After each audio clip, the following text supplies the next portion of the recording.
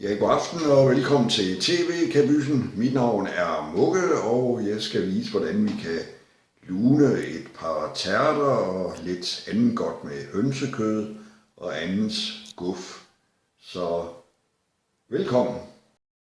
Vi starter først med at sætte et par tærter i ovnen. Det har jeg allerede gjort, og som I kan se har jeg skruet op for temperaturen, og vi luner dem i 10 minutter til cirka 175 grader. Bagefter så går vi ind i køleskabet og finder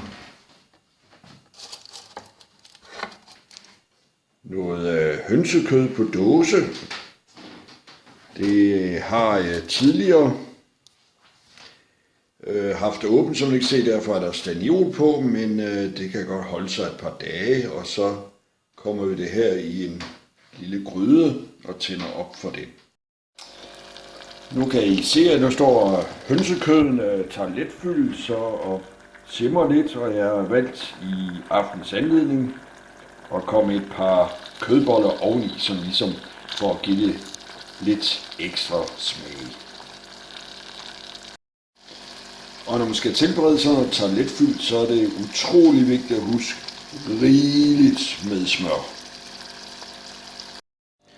Ja, så er retterne færdige, og der er jo egentlig ikke andet at sige end velbekomme.